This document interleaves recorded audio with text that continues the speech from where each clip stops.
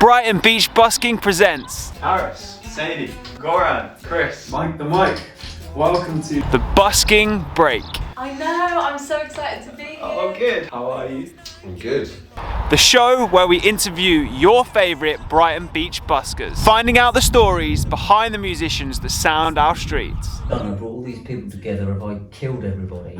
Like stressing out, like, oh my god, what am I going to do with my life? Rah, rah, rah. Make sure to subscribe and hit that notifications bell so you do not miss an episode. So come with us and be part of this journey.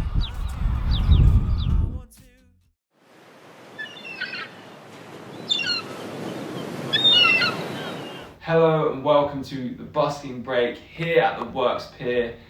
Today we spoke to the singer that is Carys Mai. It was a great conversation. I hope you enjoy. Carys, Hi. welcome to the Busking Break. Thank you for having me. How are you? Good, thank you. It's nice and sunny. It is, it's lovely.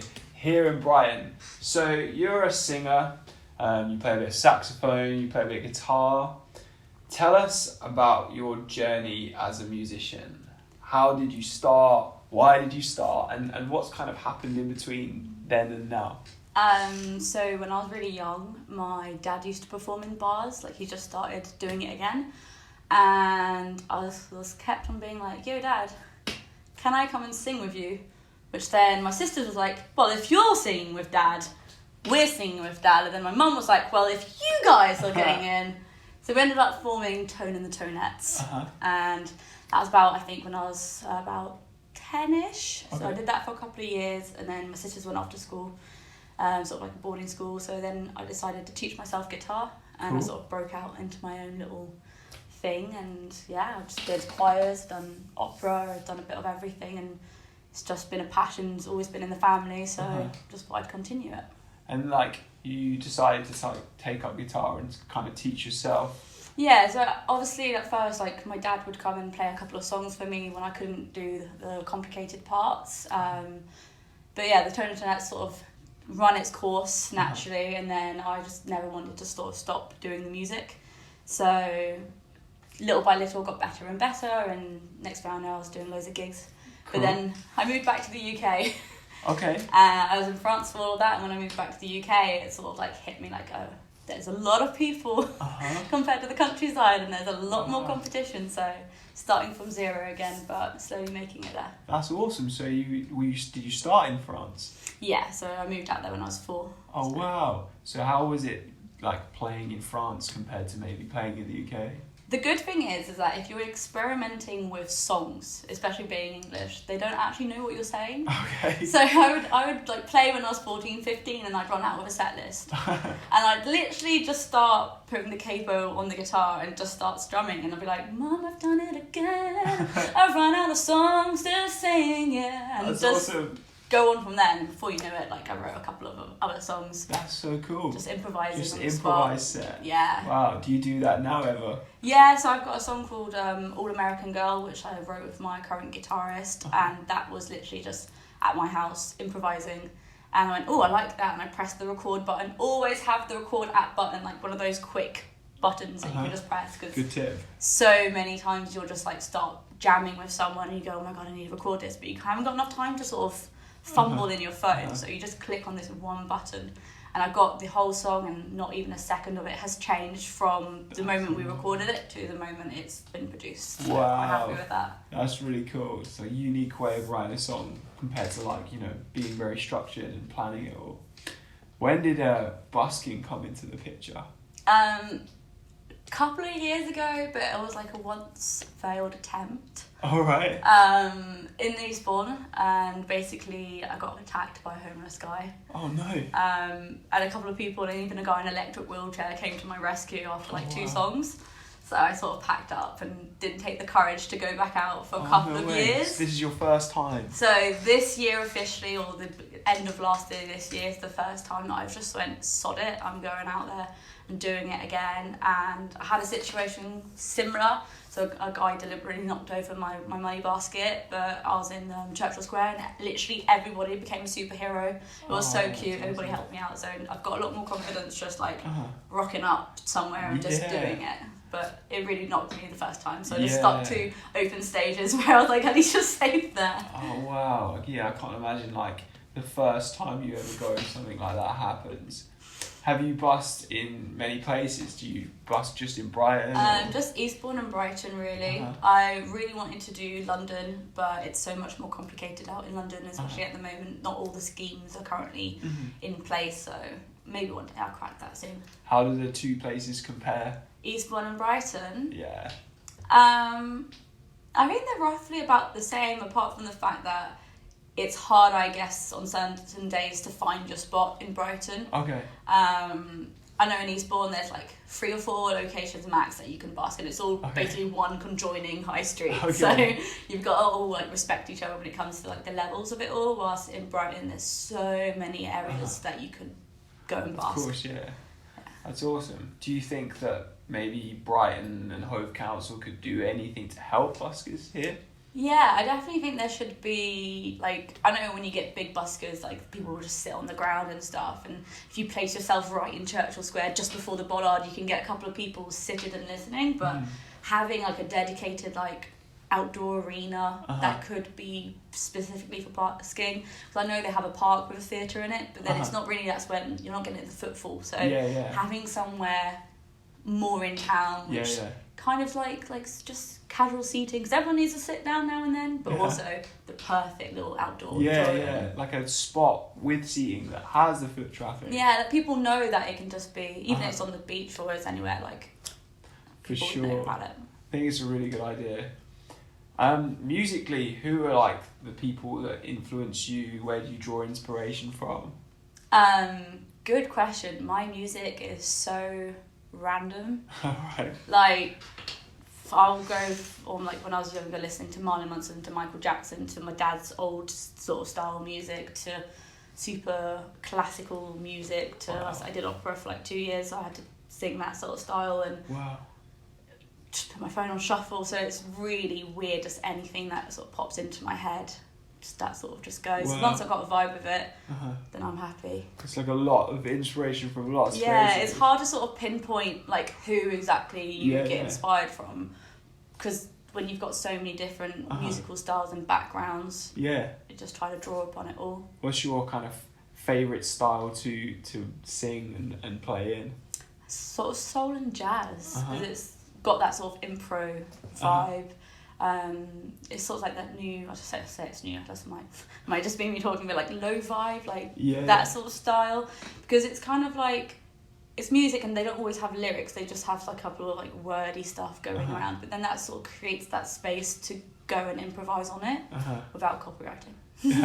Like improvise the vocal. Yeah, like you just get to take the music that they've done, and then all of a sudden they'll be like, it's all open and airy, and this little theme will just come into my head, and whether it's words or whether it's just humming or just a couple of like sounds, they slowly develop into something, and then all of a sudden you've got that first song, you've got another song from That's it. awesome. That's so cool. What about your favourite kind of song to busk? Everybody loves it when I do Adele. Uh-huh. It's like people come running from the woodworks thinking that Adele is somehow busking in Brighton or Eastbourne. So I guess I quite like that one, and plus I like Adele as a singer anyway. So yeah, I've always had so many people going, "Oh my god, I thought you were Adele," and I'm That's like, so cool. "No, sorry, but hi." So. Wow. Here's a deep question we've been asking all the buskers. You can go as deep or as literal as you want.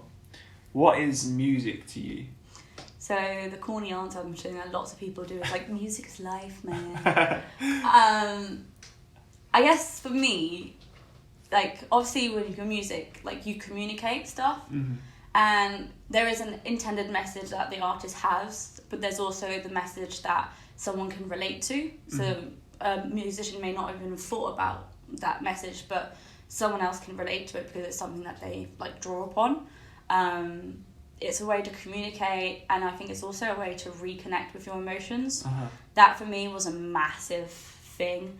Like I used it originally probably when I was a child as an escapism, just like throw headphones on as loud as I can, and somehow still have perfect hearing. Like, and that was a way to get away from everything. But then when I was trying to get back into everything and sort of the Pandora's box sort of style. Yeah. I've really found that music was that made me do it. Like I'd listen to random songs that would make me cry. Like for some reason when I was younger, I Want to Ride My Bicycle was a song that made me cry. Never really figured out that connection, but there's so many other songs which it could just be one phrase in the whole entire song that will just like a knife in your chest. You're like, okay, I needed to listen to that. Yeah. And so you just reconnect with yourself and connect with other people. Like when I've been traveling, it's been the same. Like can't speak the same language, no problem. There is like oriental music playing and it's an open stage night, and all of a sudden I'm on stage and I don't speak a word of what they're saying, but we're jamming together and we've never performed together, but somehow we're doing it. That's so cool. A proper universal language. Exactly. No matter where you are, like it's just something that people, when you get the sort of feel for it, you understand it, and like you know when a key change is coming, you know when there's going to be a build up, and you don't need anything else but that connection, of which is universal. So it's quite cool. So well said. So well said. Thank you. Is there like an example of a lyric that particularly hits home? Something that you like, if you hear it, you're just, that's the phrase. Put me on the spot now. Uh-huh. I don't even know right now. Might have to come back to that one. I can't remember. Can't seem to think one out. Yeah, it's hard on the spot. So on the spot, that one. No. Yeah, you'll be thinking of it later when you're busking or something. Yeah, definitely. I'll send you a text. I'll send it over. We'll put it in the comments. Yeah. Is there like, with your kind of music career or whatever you'd call it, or your busking, is there something in the future you'd really like to do? Have you got like plans? So yeah, I mean, everybody like assumes that if you're doing music, the whole point is like to get famous. Yeah. I think if you were famous, you'd get, like most famous people say, it's like you get sick of it very quickly. Yeah. I just quite like just bringing joy to people. Like, I don't know how that even sounds corny, but like, I'll be busking in the street and there'll be a couple of people who won't enjoy it, and that's their choice, it's perfectly fine. But then you see a couple of people, who don't look like they're having a great day, and then all of a sudden break out into dance, or you get people saying, oh my God, I really needed to hear that song.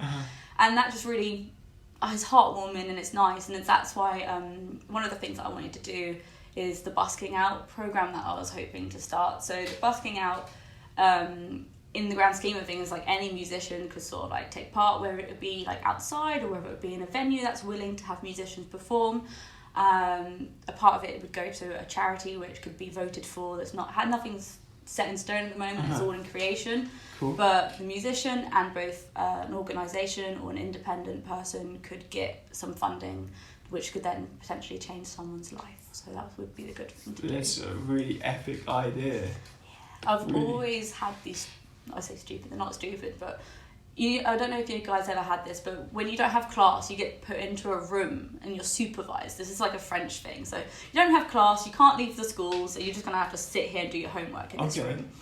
And I would just be there like, oh, what are you doing? It's like, I've built this charity in my head, and like, this would be this, and the lady would just be like, okay. And then the other people would be like on their phone looking at ponies, and I'm like, okay, I'm clearly just the odd one out. So You've got these ideas and schemes going on. So many ideas and so little time to put them all in place. But maybe. I'm sure they're coming to light in some way. Definitely. Can you tell us like a moment that's really stood out when you've been busking? Like maybe a really great story, maybe not so great, maybe just a moment that's really stood out from a time where you've been busking.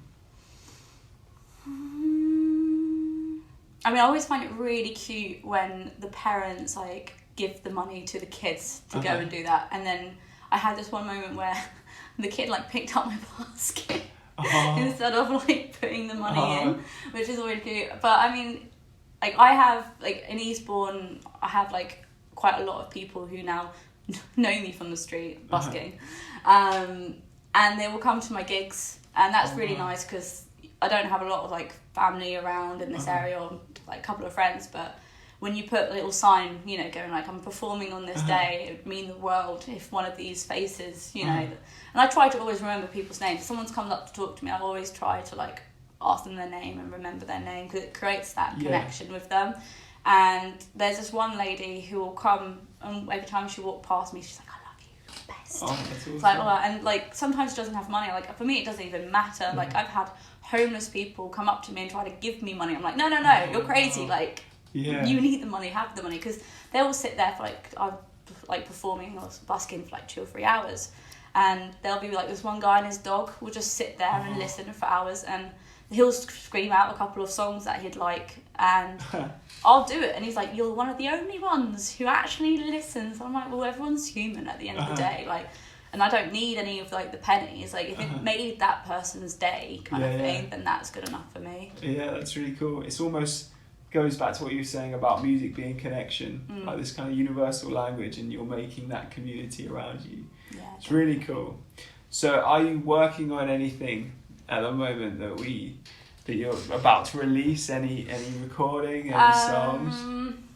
I haven't actually been as musically connected with myself as I should be. Definitely. I feel like, you just lose it for a moment. Like I've been cheating. I've been either doing backing tracks when I'm busking, or I've got my friend who's plays the guitar. So I need to re-find my connection with my guitar. My little trio band that we have, I'm trying to incorporate my saxophone with it. Cool. So that would be a cool thing, but obviously breathing and singing, and that would just be a really interesting thing to get together.